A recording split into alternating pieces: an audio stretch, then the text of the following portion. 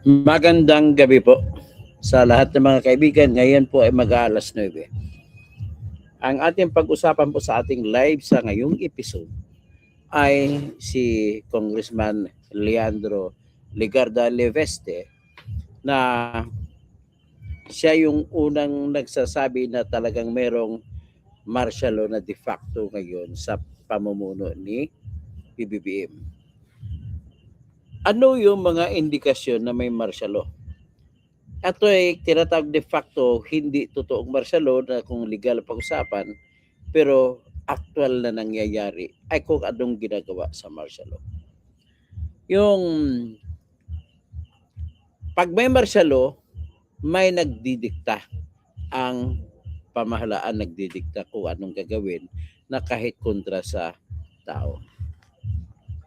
Number one, meron po tayong problema sa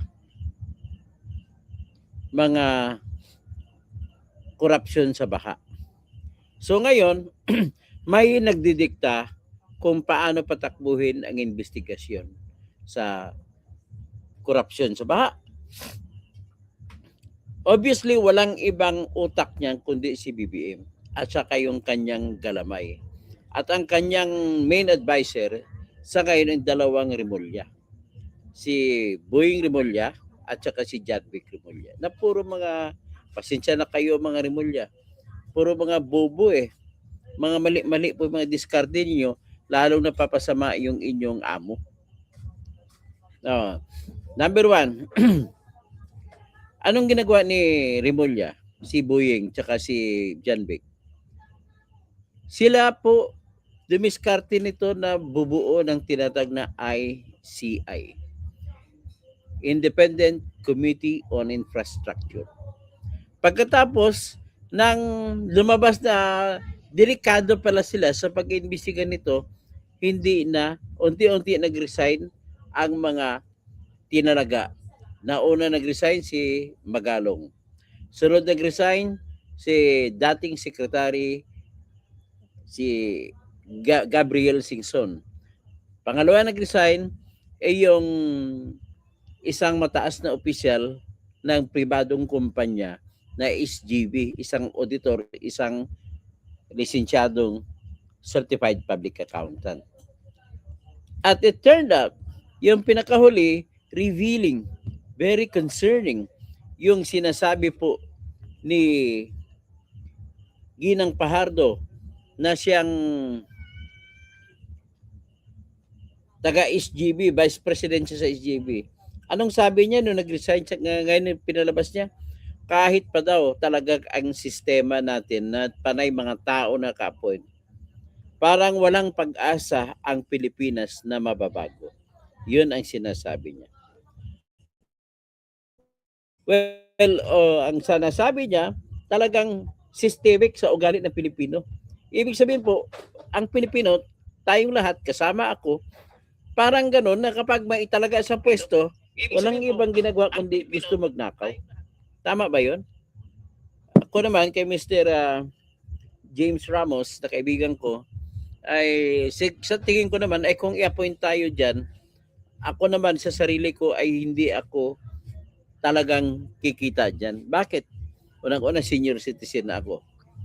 Kailangan ko na ang kaluluwa ko ay matahimik makapunta sa langit. So bakit ako magnanakaw? Pangalawa, sapat naman ang aking may kakainin naman ako para mabuhay. O sabihin na yun, mabuhay ko hanggang 90. Meron tayong maliit na pension sa SSS na inaasahan. Wala naman akong pension sa GSI, sa SSS lang. Kasi hindi naman ako nagtrabaho sa gobyerno, kundi talagang lang ako, pribadong trabahante na tumagal ako ng trabaho sa Philippine Journalists Incorporated at bilang isang editor. Nagsimula pa ako bilang copy editor at nag-end ako na news editor. So, ibig sabihin kung akong nilagay dyan, ang pinakagusto kong pwesto ay ombudsman. Pag ako ang ombudsman, walang kawala lahat sa akin. Mamaya, i-discuss ko yung ginagawa ni Rimulya na panggigipit ang panggigipit ay isang hallmark or marka ng may pagmamarsalo. So, ginigipit niya ang lahat na gusto niya na gipitin para lamang maprotektahan si Marcos na lalabas ang mga akusasyon na may ebidensya na si Ginoong Marcos pala ang numero unong magnanakaw at pati si Romualdez. So ngayon, pinapahaging-hagingan lamang nila si Romualdez pero wala silang kasong kinasampa kay Romualdez. Ang kinasampa ng kaso ay si Saldico na noon ay ayaw lang kasuhan. Pero nung bumaliktad, gusto nilang kakasuhan. Tapos nung lumitaw ito si Liveste ay naglatag kasi siya labang nakakuha ng mga files ni Cabral. Yung iba wala nang nakakuha. At nilatag niya isa-isa. So nabisto ron ang mga proyekto na kinuha nila ni Sandro Marcos, kinuha nila ng mga congressmen na kakaalyado, at lumabas din doon na walang allocable. Despite na akusasyon nila sa mga Duterte, walang allocable ang mga Duterte na congressmen na kakampi. Walang allocable, zero allocable para kay Pulong Duterte, zero allocable kay Congressman Ungab, zero allocable yung dalawa pang congressman na kakampi ng mga Duterte. Ang kanilang naratibo o kwento para mailayo sila sa mata ng tao na mga kurap ay lahat daw may corruption sa ngayon dahil sa mga Duterte.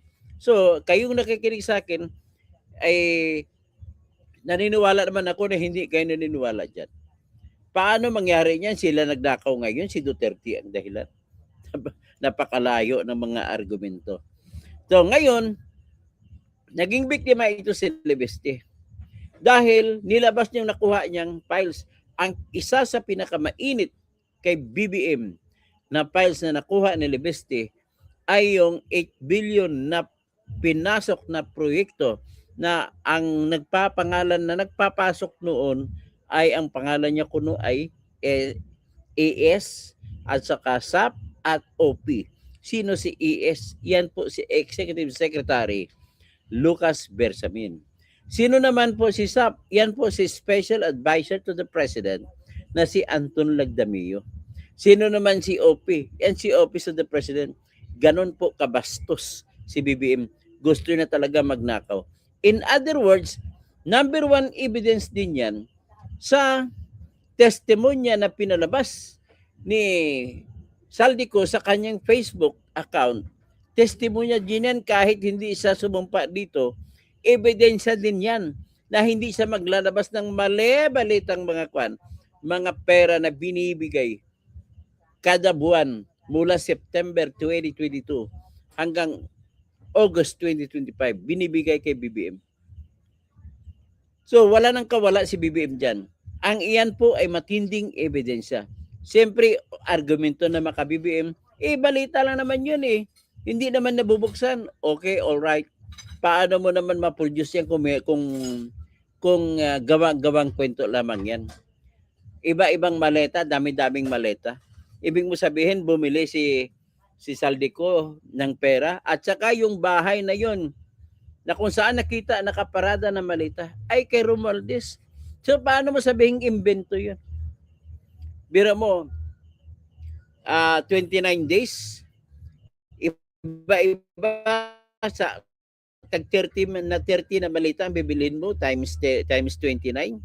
So 3 times 3, 90. Ibig sabihin 90 na malita bibilhin mo para lang sa gumawa ka na diskarte ganon. Imposible na bumili ka para magpakita lang na ganon.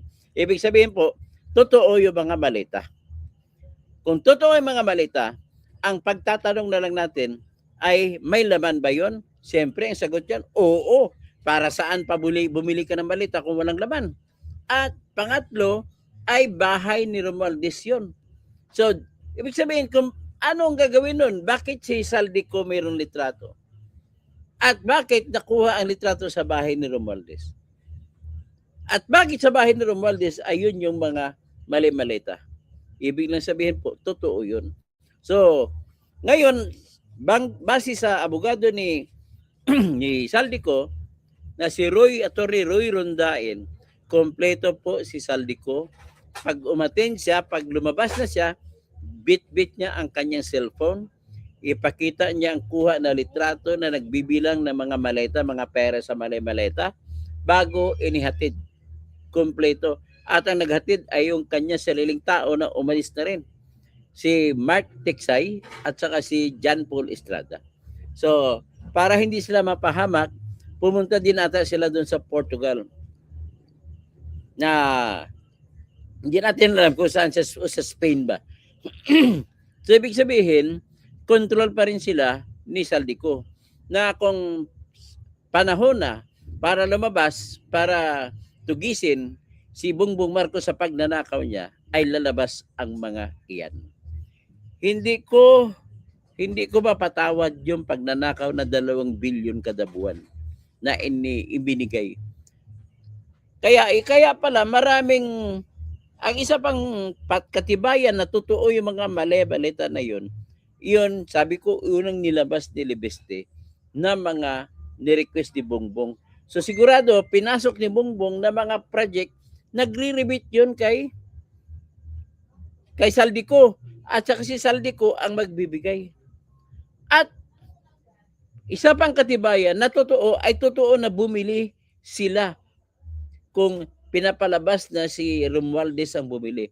Pero ang totoo, si Marcos ang nagpapabili noon. Ano yun?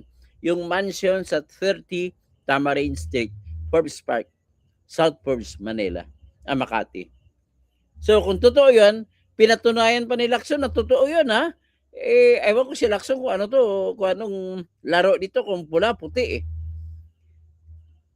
Ang style niya kunwari, itinuro niya si Diskaya ang bumili. Kaya nung sa Senado, sa hearing sa Blue Ribbon, pinapunta niya yung 2 witness na hindi nagpakilala at nakatabo ng mukha at tinuro si Diskaya na pumunta roon sa South Forbes para paalisin sila kasi baga sila po ay kasambahay nung dating may-ari ng bahay. At ang dating may-ari niya ni si Doris Ho Magsaysay na may-ari ng Magsaysay Lines. So ngayon, ibinenta daw kay Diskaya at binili ni Diskaya para kay Romualdez.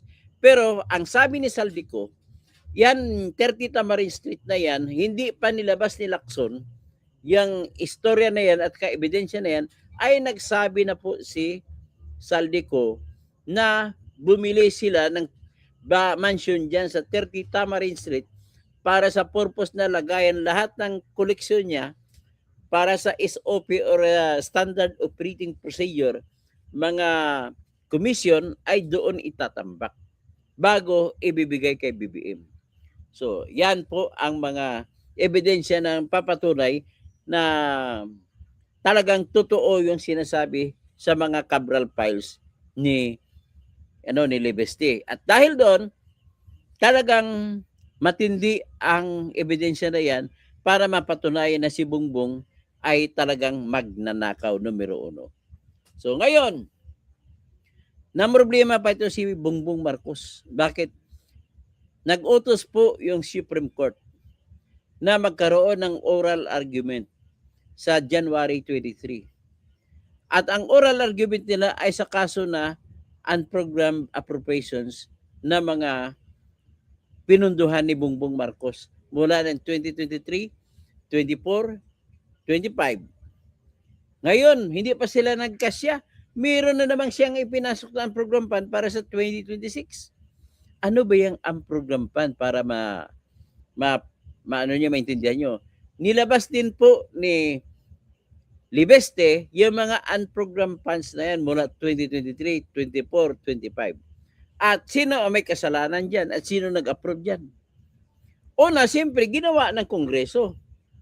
At yung iba na pagkulang kasi ang pera, nilalagay na lang doon sa unprogrammed appropriation. At kung may reserbang pera pa makukuha, saka pubunot siya doon sa unprogrammed appropriations na babudgetan. So ngayon, diyan po lumalabas po na sa unprogrammed appropriations lahat nanggaling ang mga flood control projects kung saan sila ay kumita ng gusto. According to them, yung mga kasong sinampa nila laban kay Bong Revilla, kay Chis Escudero, kay Jingo Estrada, kay Joel Villanueva ay nanggaling daw yun pundo na kinita mula doon sa unprogrammed appropriations na pinunduhan ni Marcos. So, iyan po ang kalakaran sa unprogrammed appropriations. Napakarami po yan, billion-billion po yung napunduhan. Nagkaroon ng maraming pagnanakaw dahil kailangan na mula doon sa unprogrammed appropriations. Ngayon, dahil kulang ang kinikita ng pamahalaan, paano napunduhan yan? Yung ginawa nila, una, binenta nila yung 25 megatons na gold natin sa 120 billion pesos. So, diyan na ginamit pang pundo doon sa unprogrammed appropriations na mga flood control. Pangalawa, kumuha rin sila sa PhilHealth ng 19 billion. Pinundo rin doon. Mabuti na lang at nagsampa ng kaso ang grupo nila ni Coco Pimentel at marami pang iba at inutos ng Supreme Court na yung 29 billion ay huwag kukunin. So naiwan sa PhilHealth ang 29 billion. So suma total 60 billion ang nakuha nila na nilipat na pera mula sa PhilHealth papunta doon sa National Treasury at mula sa National Treasury pinundo naman nila din sa flood control. Tapos nag-utos din sila na kukuha ng pundo na 117 billion pesos mula sa Philippine Deposit Insurance Corporation at pinilagay yan sa National Treasury. At mula sa National Treasury, ginamit pang pundo sa mga flood control projects. So, yan po lahat ng kwento. Lahat po yan ay nandoon po sa hawak ni Libeste na mga Cabral files. So, galit na galit sila kay Libeste. Kaya, si Libeste, para ang mangyari, kaya dahil sa ganon, nag-utos si BBM na birahin si Libeste, nakakita sila ng butas kay Libeste. Yun po yung Solar Power Corporation ni Libeste.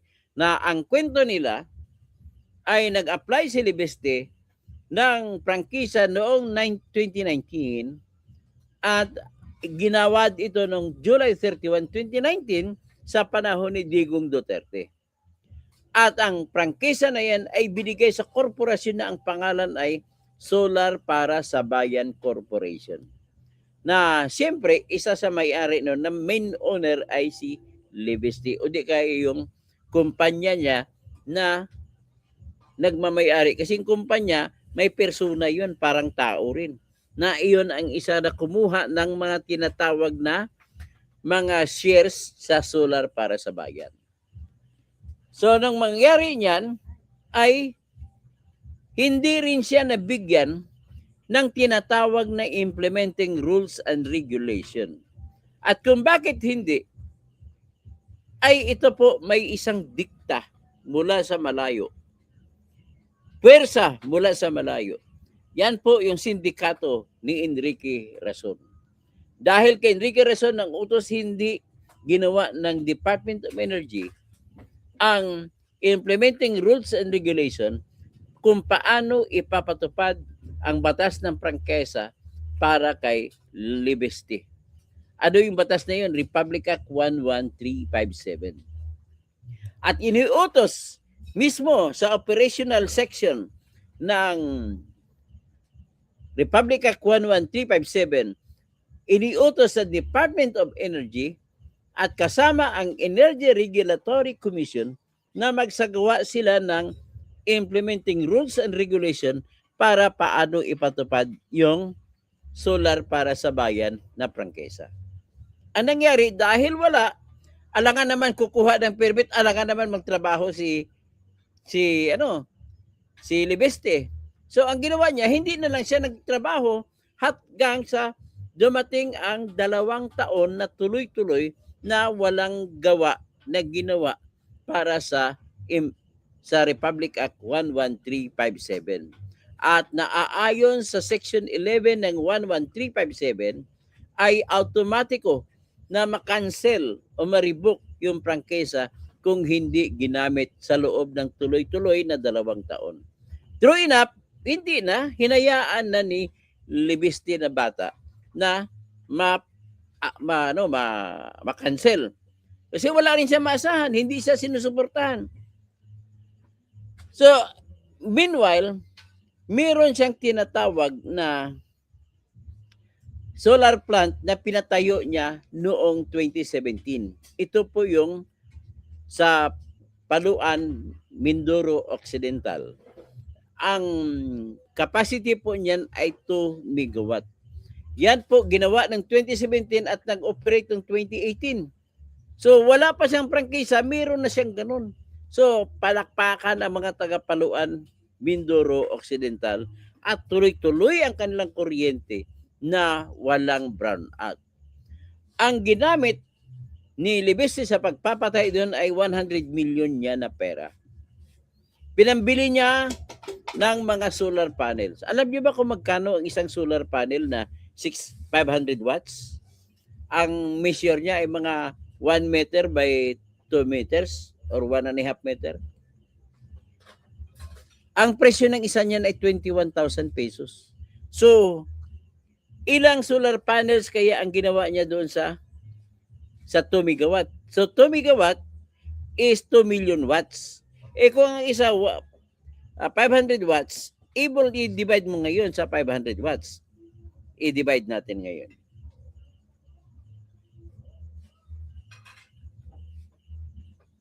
Divided by 500. Kinakamay ko lang ha.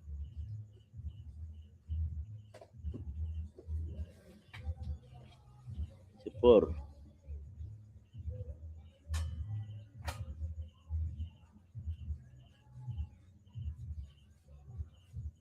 5 times 4. 20. 0, 0, 0. So 4,000 na bali bibili siya ng 4,000 na solar panels.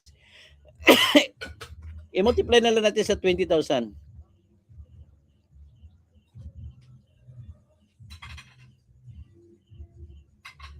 So, gagastos siya ng 80 million pesos para lamang sa solar panels. Ganun po ginawa ng bata. That was 2017. So, nang natayo niya na, 2018, nagseremonya, nailaw lahat. Ang ginamit niya, kung siyempre ang proseso para maintindihan ninyo, may solar panels, kakasasalo ng araw, at mula sa solar panels, i-combine mo sila series or parallel, iba to ngayon yan sa battery. Pagdating sa battery, isustore. Ang battery na ginamit niya is total of 2 megawatts. At ang ginamit niya battery ay yung ibang klase, yung Tesla battery. So pagkatapos, pagtapos sa battery, pupunuin ng solar panels ang battery sa mga kuryente na nakuha sa araw. Para sa sistema na sa umaga, ang mga bahay-bahay sa Mindoro, Paluan, ay gagamit ng kuryente sa kanilang refrigerator, kanilang mga television, kanilang mga computer sets, kanilang mga ilaw, kanilang mga pang-internet, lahat. Sa araw, gumagana ang lahat kasi araw lang ang nagbibigay ng kuryente. At kapag gabi, wala ng araw, lilipat ngayon sa battery ng mga kuryente na tinago doon. Gagamitin naman ngayon sa para pangpailaw ng mga bahay. So 24 hours yun, walang patid. Ibig sabihin, bumili siya ng maraming battery, sapat na ang dami para makaipon ng enerhiya na gagamitin sa gabi para sa 12 hours para paggising sa alas 6 o alas 7 ng umaga, may araw na naman, tigil na naman ang battery, tatanggap na naman ito ang araw, tatanggap na naman ito ng bagong kuryente at itatago ito sa battery. Ganun pong proseso. Ngayon, paano na-convert yung araw na kuryente into the alternating current gamit na kuryente pang bahay? pagkatapos sa battery po, dadaan niya si tinatawag na inverter. I-invert niya mula sa direct current, i-invert niya into alternating current. At mula doon, lalabas ang 2 megawatt power at pailawin ang buong bayan ng Paluan, Occidental Mindoro. So, 2018 yan. So, tuloy-tuloy yun. Ngayon, ginamit niya yun, yung Paluan Mindoro na modelo nung nag-apply siya ng 2019 para sa prangkesa. So, sinuporta niya sa Kongreso, which is doable. Ang pangarap niya, kasi ang inalok niyang una para sa kuryente ay mababa. Nag-umpisa pa nga 2 pesos per kilowatt or 3 pesos. Para ma-imagine mo kung gaano kamura yan, sa Metro Manila po sa ngayon, 13 pesos per kilowatt ang bayad ng mga tao ron sa Metro Manila. So normal sa mga bahay na may mga 500 to 1,000 kilowatt hours ang ginagamit. So mga kung 1,000 kilowatt hour ka, kung ang bahay mo ay townhouse, mga 3 stories, so tatakbo ka ng mga 1,000 kilowatt hour kada buwan ang gasto mo hanggang sa 1,100 kilowatt.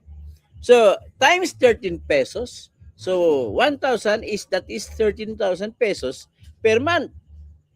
Pero yung 13 may additional pa, may dagdag pa, may tinatawag na generation charge, may dinagdag pa environmental charge at dami-dami. Kaya yung isang kilala ko na may bahay doon sa Sampaloc, ang kanyang binabayaran kuryente bill ay umabot mula 18,000 hanggang 20,000.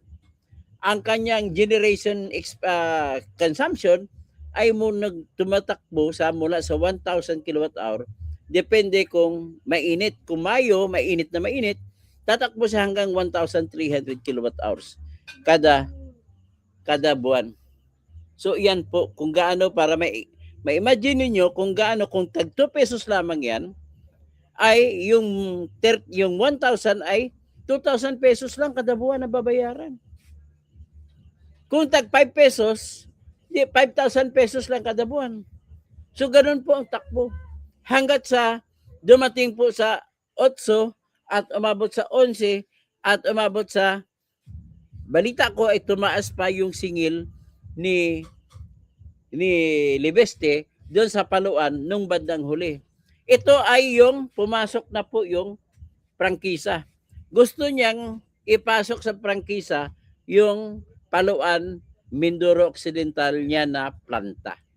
Pero hindi nagawa dahil sabi ko kanina ay hindi nag-operate ang prangkisa sapagkat hindi man lamang ginawa ng Department of Energy ang implementing rules and regulation.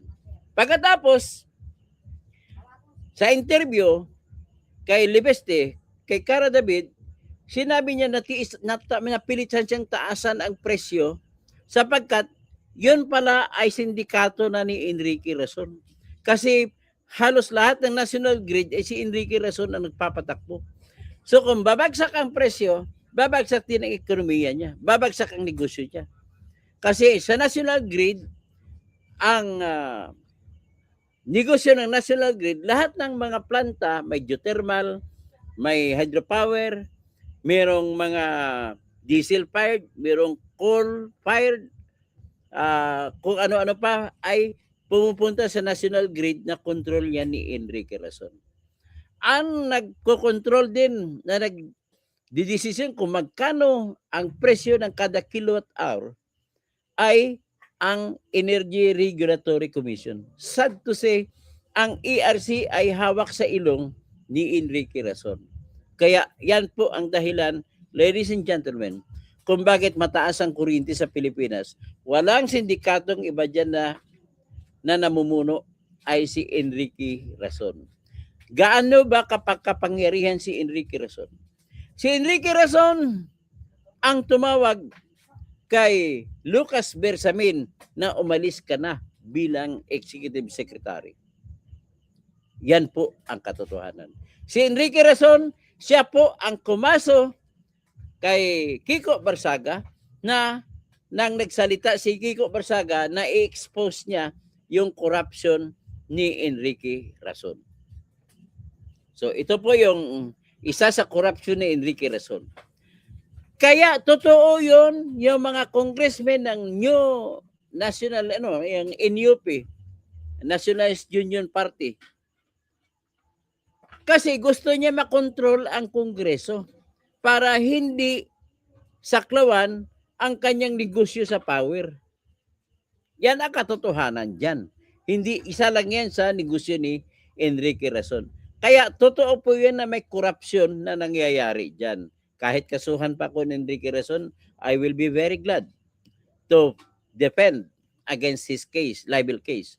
Kasi sigurado namang, o sino ba magsabi na hindi mo niya binibigyan ng pera lahat ng congressman na po dumalo doon sa Soler? Diba? Ganun lang kasimple. So mananalo dito si Kiko Barsaga sa kaso na sinampa ni Enrique Razon laban kay Kiko na libel. Dahil katotohanan naman talaga, pagbalik ni Kiko Barsaga ngayon, mag-privilege speech daw siya, ihayag niya kung paano ang corruption na ginaganap sa Soler sa pamamagitan ng pagsasagawa ni Enrique Razon. Tapos ito naman ang tinuturo ni Libeste na dahilan kung bakit tumataas ang presyo. Kaya hindi siya kikita, hindi siya makapalag sa kanyang solar project. So ngayon, meron din siyang isang Solar Philippines SPPHI, Solar Philippines Power Holdings Incorporated, na nakipagkontrata sana sa Department of Energy. Hiwalay naman yun, hindi yun prangkisa. Hindi yun Spinek. Pero bago yan, sige mamaya ako na ikwento ng Spinek. Ang kontrata niya dyan ay 33 na planta sa 33 na bayan. Ang kontrata nila ay gagawa siya ng planta na magde-deliver ng 12 megawatt. Ngayon, iba pa yung 2 megawatt yan sa Paluan, Mindoro Occidental. Sa 12 megawatt niya, ang usapan doon ay magpatayo siya, pero kinunan siya ng pangako na magbigay ng performance band. Okay, performance band, umabot ata ng 24 billion yung performance band, o ilan ba? 13 billion o whatever. So, ang problema niya, hindi naman siya sinusuportahan ng Department of Energy sa pagkuha ng Environmental Compliance Certificate. Hindi siya sinusuportahan sa kanyang pagkipag-usap sa mga tao na bibilhin sana o uupahan sana ang lupa para gamitin at kabitan ng solar panels. So, na problema siya sa land rights. Number one problem niya. Hanggat sa hindi man lamang siya sinusuportahan, hindi matupad. So, in other words, itong sitwasyon na hindi ka man lang, wala kang kinuhang piso sa gobyerno, bakit ka pa mumultahan? Yan ang napaka-unreasonable sa lahat. Well, we will leave that as that. Magdidig pa tayo sa kung anong informasyon tungkol dyan. Punta tayo ngayon sa Spinek. Ang Spinek ni Libeste ay nagkipagkontrata na mula 2015 na patayo niya, 2016 tumatakbo. Ang ginamit niya ang lupa ng tatay niya na 160 hectares doon sa Calatagan, Batangas. At nakapag-produce siya ng 63 hanggang 80 megawatt na kuryente. Dito naman, ang kuryente niya nakatali na sa ngayon kay Razon. Bakit? Ang hinaharvest niya na kuryente mula sa Calatagan, Batangas na planta ay 60 megawatt, tinatapon niya, sinasalo ngayon ng National Grid na control naman ni Enrique Razon. Si Enrique Razon ang nagdidesisyon kung magkano ang presyo na babayaran kay Libeste. Ang gusto sana ni Libeste ay mas baba pa ang presyo na ibebenta niya. Pero hindi siya pwede magbenta na mababa kasi malulugi naman ang negosyo ni Enrique Razon na babagsak, mapersa siya ngayon pababaan ng presyo ng ibang pinagkikitaan niya mula sa coal-powered, geothermal, tapos sa hydropower plants, at saka iba pang planta, mga diesel plants. So, yan po ang sitwasyon. Anyway, 10 taon na tumakbo at siyempre kumikita na siya doon. Despite na kumikita siya, ay kaagad-agad pala niya, nung pagtayo niya yun, kaagad niya sinalang at pinasakop sa tinatawag na Philippine Stock Exchange. Nag-initial public offering siya at marami ang bumili ng shares of stocks sa kumpanya na Spinec. At ang ginamit niya, ginamit niya yung pambili ng mga lupa doon hundreds of hectares sa Piñaranda, Nueva Ecija. At doon magtatayo siya, balak niya magpatayo siya ng 3 million megawatt. 3,000 megawatt. 3,000 megawatt. Malaki yun. So kung 3,000 megawatt, ang mangyari ay gagastos naman siya sa mga solar panels. Ang nangyari, nagka-interest ang Meralco sa kanya at binili yung Spinec niya. So, binili ang 87% na pag-ari niya sa Spinec ng Meralco for in the amount of 34 billion pesos. Ganun po katindi. So, ibig sabihin po, kung hindi maayos na negosyante, kung hindi maayos ang pagpatakbo ni Libeste sa kanyang kumpanya, bibilhin ba siya ng Meralco? Hindi. Kaya ngayon yung Piñaranda project niya sa Nueva Ecija ay pangalanan na Terra Power Corporation. At iyon na magbibigay naman ng malaking kabawasan ng kuryente, magdadagdag baka magiging 11 pesos na lang ang kuryente sa Metro Manila sakaling matapos yun. At bago matapos yan, nais ko muna ipakita, bago ko tuloy doon, nais ko muna banggitin itong libel case, civil damages libel case na sinampa ni Libeste laban kay Attorney Claire Castro. Ito kasi si Attorney Claire Castro nagkwento na binenta raw ni Libeste ang prangkesa na kanya nakuha sa Kongreso. Mali, hindi niya nabenta yun. Ang binenta po yung Spinec, binenta niya sa Meralco. At yung prangkesa ay natigil, na-revoke, cancel na dahil hindi gumagana dahil sa hindi man lamang nagpalabas ng implementing rules and regulation ang Department of Energy. So may kasalanan din DOA from the very beginning. So dapat magbabayad ang DOA magbabayad sa kay Libeste sa lahat ng mga damages na na-incur niya. So anyway, because of that, tiniterminohan ko na natalo si Auntie Claire dyan. Sigurado matatalo ka dyan, Ma'am Claire Castro. The best way for you to do is magkipag-settle ka na lang. Biro mo, 110 million ang damages na hinihingi niya. At makatarungan pong damage na amount na hiningi niya kasi malaking negosyante siya. Bilyonaryo siya. Madadamage, masisira siya sa mga investors niya. Kaya nga hindi pa nagtuloy ng ibang proyekto niya dahil umatras ang mga investors niya. Yan po ang katwiran. Dahil din po sa daming mga report na corruption sa gobyerno ni Marcos. Yan po ang numero 1 dahilan. Kaya nang umalis na lang, napagdesisyonan niya, umalis muna siya papuntang abroad. Para naman umiwas. Kasi ngayon, ang Cabral files niya, yun ang pinag-initan. So, pinayuhan siya ng mga kaibigan ng nanay niya na si Loren Ligarda na magpahinga at huwag siya maglabas ng Cabral files. So ang tanong, matitigil mo ba kaya ang bata na idealist? Okay, pakinggan niyo muna yung aking recorded vlog dito sa isang lugar sa Mindanao sa may bukid. So vlog in the bukid ang mangyari dito. Pakinggan niyo po.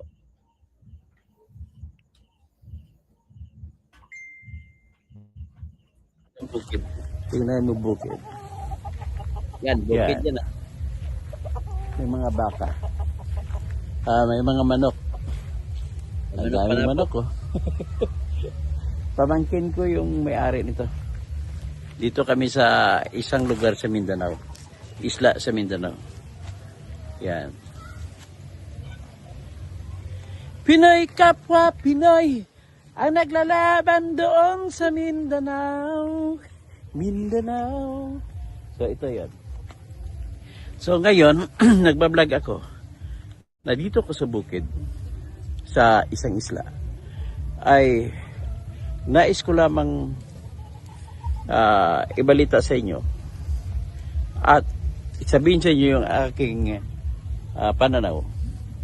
Nabalitaan na si Leandro Legarda Liveste, yung pinakabatang congressman kasama si Kiko Barsaga, ay si Liveste naman ay nag-abroad para sundin ang payo ng mga kaibigan ng nanay niya na si Senator Loren Legarda na magpalamig muna kasi pinag-initan siya ng husto ng mga kurap na mga congressmen at senador. At lahat na lang ng kaso binubuno laban sa kanya. Yan talaga ang problema. Lalo na itong terreridor na to, na asar ako dyan. Akala mo hindi kurap eh. Tapos, ang nangyari yan kasi sa Cabral files na nilabas ay lumalabas yung pinakaklaro doon yung 8 billion na insertion na nanggaling kay ES, SAP at saka OP. Kay Bongbong Marcos yun. Hindi naman pwede magpasigit ng pundo si SAP Anton Lagdamio. Hindi naman pwede wala namang kapangyarihan si dating ES Lucas Bersamin magpasigit. Lalo na si OP. Sino yung OP? Hindi si Bongbong Marcos. Ang problema sa Bongbong pinagtatago mo pa Ang katotohanan, ikaw magnanakaw dito Kaya panahon na talaga mag-resign ka talaga. Yun ay ang nag-diverticulitis ka, dinadivert mo lahat ng issue. Pati pera, dinadivert mo. Yung kay Saldico, tinitira mo Saldico, pero ang punchline mo dyan, kunwari, pahulihin mo. Papunta rito. Kapal pa ka naman ginagawa ng yung bata na si Dalawang Rimulya. Si John Vic at saka si Boying. Si John Vic naman, nagsasalita na si Saldico ay nasa Lisbon, Portugal. It turned out pala, hindi pala. Nakapag-file pa ng remedyo nag-petition sa Supreme Court si Saldico. Saan siya pumirma? Doon siya nagpumirma ng kanyang affidavit verification sa Stockholm, sa Sweden. Kasi apostille. Yan ang problema ninyo. Kasi may apostille treaty na ngayon. Akala nyo hindi siya makapagpanotaryo. Kasi akala nila ang notaryo ay mangyari lamang sa loob ng embassy. Hindi po sa embassy sa Philippine Embassy, kahit sa mundo. Hindi po. Kasi lumalabas mga bobo sila. Tapos, nung binasa ko po, yung petition ni Saldico na sinampa sa Supreme Court, lumalabas po na kulang sa ebidensya si Boying Rimulya para sabihin mo na binulsa ni Saldico ang pera mula doon sa mga proyekto sa flood control project sa Nauhan, Mindoro, Oriental Mindoro, sapagkat sinabi niya dahil ang proyekto ay pinatakbo ng Sunwest na dating korporasyon ni Saldico, ang ibig niya palabasin ay si Saldi rin ang bumulsa. Hindi naman ibig sabihin na dati kang may-ari, tapos ikaw rin nagbulsa nun. So, iyan ang pinakahina ng kaso nagpapahina sa kaso ni Boying Rimulya. Yung sasabihin niya na dahil sa siya ay beneficial owner ko. Ano bang beneficial owner? Let me teach you kung ano yung ibig sabihin ng beneficial owner sa batas. Pag sinabi kang beneficial owner ka, ibig sabihin ikaw yung totoong may-ari. Pero wala sa pangalan mo. Pero ngayon, ang Sunwest Corporation ay nakapangalan sa mga ibang tao. Ang ibig sabihin, gusto niya palabasin na hawak ng ibang tao pero si Saldico ang totoong may-ari. So, ang tanong, paano mo mapatunayan yan sa Sandigan Bayan? Aamin ba yung ibang tao na pinahawak lang sa kanila ni Saldi? Kung hindi, wala. Ibig sabihin, binaboy ni Boying Rimulya ang standard sa pagkakaso na dapat ay probable cause. So walang probable cause kasi walang ebidensya magpapatunay na si Saldico ay nagbenta-benta lamang. Hindi totoo na binenta niya.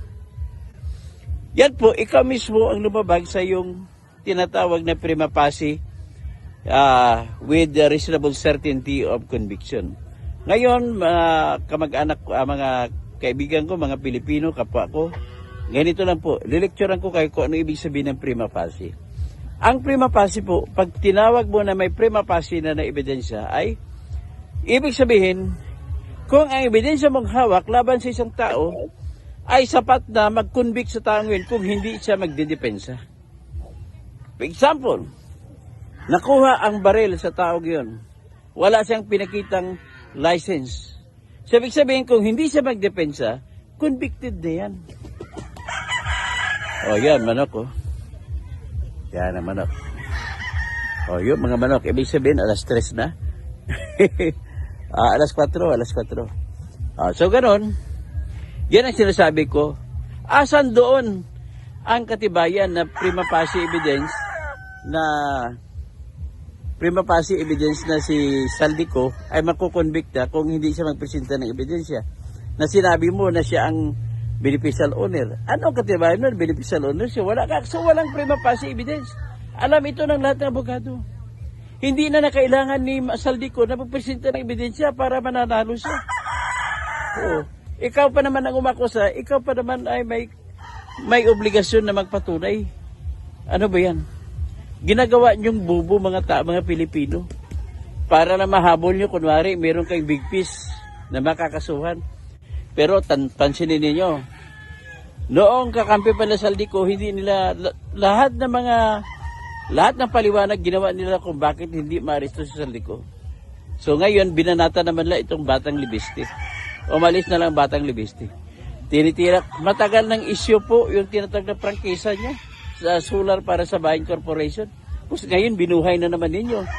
At wala pong basihan sa batas. Ang sinasabi ni Sharon Garin na multa na 24 billion laban kay Libeste. Yan po ay basura. Kwento-kwento lang yan. At gawa-gawa ng mga taong hindi alam ang trabaho. So hanggang dyan na muna siguro tayo. At aking ito ilabas na mamaya sa live ko. Maraming salamat po. O ito naman ang isa. Karugtong yan. Yung malawak na. Actually, pinakita ko lang yung bukid. Dito naman tayo sa kabilang banda. No? Karugtong ito na. Shot ko kanina. Yung malawak na. Actually, o yan. So, nevertheless, ayan po ang sitwasyon natin. Pakita natin ngayon yung salita ni Libeste bago siya umalis papuntang ibang bansa.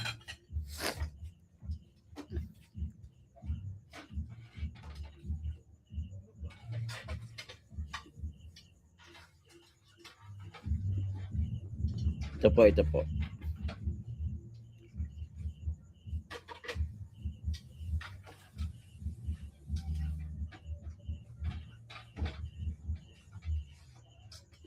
Maraming maling impormasyon ang kumakalat ngayon at nais ko itong linawin. Wala akong nakuhang kahit piso mula sa gobyerno, kaya wala akong ghost projects. Ang mga kontratang nakuha ng mga kumpanya ko ay mga permits para sa private investments gamit ang sarili kong puhunan sa sarili kong lupa. Hindi totoo na may 24B na multa ang Solar Philippines. Ang sulat tungkol dito ay ipinadala sa SPNEC, ang kumpanyang ibinenta ko sa Meralco. Wala ring probisyon ang nagsasaad ng 24B na multa sa SPNEC. At wala rin itong nakuhang pondo mula sa gobyerno. Wala rin akong binentang prangkisa. Ang kumpanyang naibenta ko sa Meralco ay wala namang prangkisa. At ang kumpanyang may prangkisa ay hindi ko naman ibinenta. Kaya ako nagsampa ng libel case kay Claire Castro dahil sa pagpapakalat niya ng fake news. Hindi rin totoo na 2% lang ang na-deliver ko sa mga proyekto.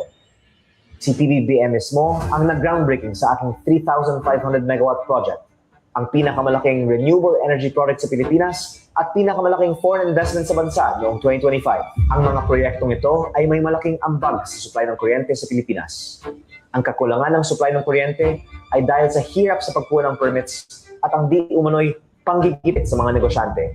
Bukas at handa ako para sa mga mas malalim na diskusyon tungkol sa mga problema ng power industry ng Pilipinas. Malinaw na ang mga isyong ito ay panglilihis sa mga tunay na issue. Alam din nating malaki ang budget ng mga kalaban para magbayad ng media at trolls. pero hindi tayo matitinag sa ating mga ipinaglalaban. 100% pabor ako sa transparency at sa pagsasapubliko ng mga assets at campaign donors ng bawat kongresista para matiyak na walang nagpapayaman sa kanilang posisyon. Maraming maling impormasyon ang kumakalat ngayon at nais ko itong linawin. Wala akong nakuhang kahit piso mula sa gobyerno, kaya wala akong ghost projects. Ang mga kontratang nakuha ng mga kumpanya ko ay mga permits para sa private investments gamit ang sarili kong puhunan sa sarili kong lupa. Hindi totoo na may 24B na multa ang Solar Philippines. Ang sulat tungkol dito ay ipinadala sa SPNEC, ang kumpanyang ibinenta ko sa Meralco. Wala ring probisyon ang nagsasaad ng 24B na multa sa SPNEC at wala rin itong nakuhang pondo mula sa gobyerno. Wala rin akong binentang prangkisa. Ang kumpanyang naibenta ko sa Meralco ay wala namang prangkisa. At ang kumpanyang may prangkisa ay hindi ko naman ibinenta. Kaya ako nagsampa ng libel case kay Claire Castro dahil sa pagpapakalat niya ng fake news. Hindi rin totoo na 2% lang ang nag-deliver ko sa mga proyekto. Si PBBM mismo ang nag-groundbreaking sa aking 3,500 megawatt project, ang pinakamalaking renewable energy project sa Pilipinas at pinakamalaking foreign investment sa bansa noong 2025. Ang mga proyektong ito ay may malaking ambag sa supply ng kuryente sa Pilipinas. Ang kakulangan ng supply ng kuryente ay dahil sa hirap sa pagkuha ng permits at ang di umano'y panggigipit sa mga negosyante. Yan ha, gobyerno mo Marcos, napapahirap pagkuha ng permit at saka nanggigipit kayo sa mga negosyante. Bukas at handa ako para sa mga mas malalim na diskusyon tungkol sa mga problema ng power industry ng Pilipinas. Malinaw na ang mga isyong ito ay panglilihis sa mga tunay na issue. Alam din nating malaki ang budget ng mga kalaban para magbayad ng media at trolls. Pero hindi tayo matitinag sa ating mga ipinaglalaban. 100% pabor ako sa transparency at sa pagsasapubliko ng mga assets at campaign donors ng bawat kongresista para matiyak na walang nagpapayaman sa kanilang posisyon. Okay. So, yan po ang sinabi ni Batang Libiste bago siya umalis papunta ng abroad. At magsashoutout na lang ako sa ating mga suking tagapakinig.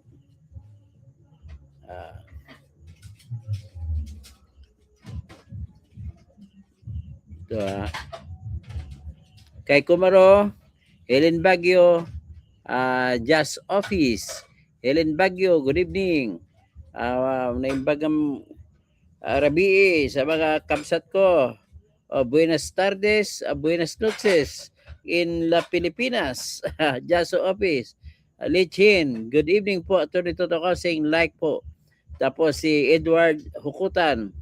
Kano mo si kaklase ko sa pamantasan ng lungsod ng Maynila, Khalid Sublo, na si Major Joel Hukutan. Saan ka na ba ngayon? Major Joel, tiniente ng icon, kernel na ngayon yan. Malamang maging general na yan, PNPA graduate. Sorina Habalia, good evening, Dr. Toto, mabuhay ka. Sorina Habalia, like na, paki-like naman po, paki-share, at para naman po matulong nyo lang sa akin at ito pong ikakasiya ko bilang isang content vlogger. Na ang content ko po, napansin ninyo, ay pinag-aralan ko talaga. Hindi po yung basta tira na ako na marites, kagaya kay Enzo Recto, kagaya kay Bad, Vlogcaster Armandin, o kung sino pang iba, si Colex Suliman. Ang dami nila, pati yung mga Coach Jarrett, puro mga kanyan. Si Chidarian, puro din marites. Si Ronald Llamas, puro pa ulit-ulit ng marites niya. Sino pa? Si Shilo Magno, medyo nag-aaral yan. Pero may twist. Tapos, sino pang iba? Nag-bablog. Marami pang iba. Si Banat Bay, medyo marami ding karga yan. Marami pang iba. Si Coach Oli, mas bilib ako kay Coach Oli. Kay Jojo Di Guzman, bilib ako kay Jojo Di Guzman, talagang pinag-aralan niya muna bago niya i-vlog. Si Bisdak Pilipinas, no? Basta go on with you. Although sometimes I do not agree with your vlogs, pero okay yan. Nag-aaral ka bago mo pinapalabas. Ang isa lang aking siyempre mga kakampi kay ni Bantag, kumbinsin na si Bantag magsumuko para naman malaman kung siya bang guilty o hindi. So, Leslie Hontelia, good job. Attorney Toto. Bergie Piquero, nagsalimuang na si Marcos, sir. Siena, walang karapatan magsalita ang mga tao laban sa kasamaan ng gobyerno. Bergie Piquero, may trolls na kapasok, adik. Versatile, Matt, watching, sino mo, walang karapatan? O nga, no, Siena, ano ito? Troll ito, troll. Kaya ang troll ay ilalabas, ibaba na natin ang troll ban. Hindi ka na makapasok, kundi marami na ako na ban, Bergie Piquero, bakit walang karapatan magsalita? Democratic country tayo. Malupit na magnanakaw si BBM, matamis, Lee. Takahashi, Rosita, good evening po, Dr. Kausing. Andre Gueco, Maya Pabingi, watching from Singapore. Maya Pabingi, mga kabalen. Dennis Kausing, my brother, nagtutulungan ang kampo ng kadiliman laban sa kabutihan. Gerald Calzado, my flood control bangag project ba yan? Hey. Bergie Piquero, buti na lang may mga dalawang Gen Z lumalaban sa mga matatandang kurap. Tama po kayo. Marilo Lapos, suportahan natin si Libiste at saka si Kiko Bersaga. Marilo Lapos, good evening po. Cesario Angkog, good evening po. Bergie Piquero, buti na lang may dalawang Gen Z. Okay. Ara Sausa, kumusta? Good evening. Bergie Piquero, dispart na lang sana si Auntie Claire. Argo, wow, dami panabong ni host. Panabong yan ang aking pamangkin. Good evening, Dr. To, sabi naman ni Rego. Argo, sa Bungero pala hindi pa ako sa Bungero. Ang aking pamangkin ng sa Bungero. Fernando Jr., good evening, Sir Toto. Enjoy lang muna, sir. Bergie Piquero, maganda tumira sa place. Everything is fresh. Masarap dito. Enjoy ko na. Bergie Piquero, Redon, certified in PA. Kakadotain nila si BBM, hindi na makatae. Nagkaroon ng diverticulitis. Diverticulitis. Bakit kaya di pa pinagtapat ni Lucas Bersamin, attorney? Hindi ko lang alam. Bakit sana maging makabayan siya. Dati pa naman Chief Justice. Argo, dami panabong niya sa mahal yan. Okay? Ate Hides Mix Vlog, good evening po. Basti Sagmita, mag-ingat ka lagi, Attorney Toto. Alam mo naman, mga gobyernong ito, mahirap na po. Baka itulad kasi ginawa nila kay Percy Lapid. Talagang silent martial law. Siguro ito na silence nila sina Kung Barsaga at Libiste. Sayang dalawang yan. Dahil kay Kung Barsaga natanggal na speaker si Tamba. Si Jess Pontillas for the views. For the views ba? Anong klase ibig sabihin for the views? Kung ganun comment mo, ibablock na lang kita. Block. Naku, hindi mablock. Sa Facebook siya nakakuan eh. Sige. Okay, so sino pa?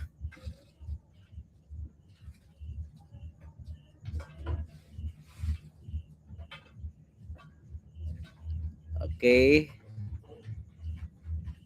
So Ate Hyde sa Mixed Vlog, attorney, pag may nagsabong diyang manok, iwasan niyo po, baka mademonyo ka po, maingat po.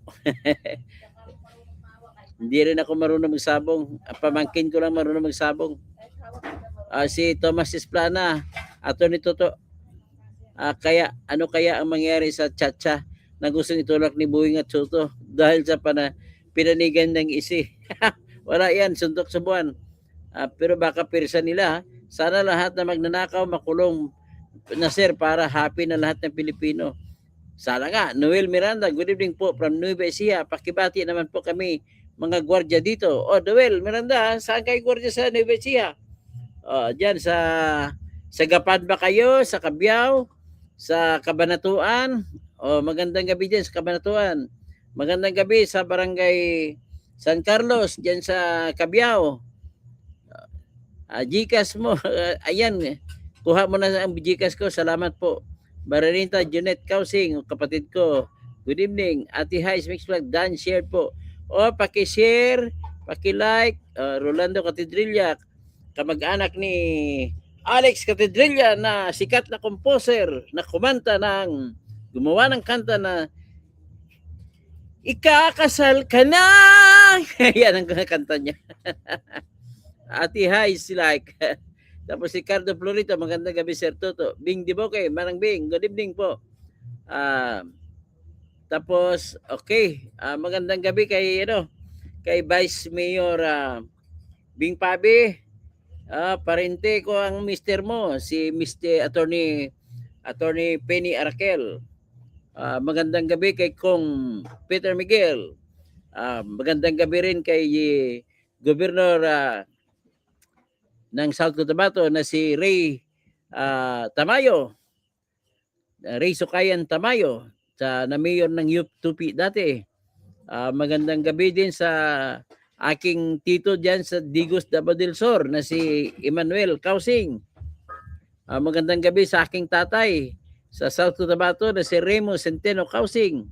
Sa aking kapatid na si Dennis Kausing. Lahat magandang gabi sa inyong lahat. Kay James Ramos, magandang gabi po.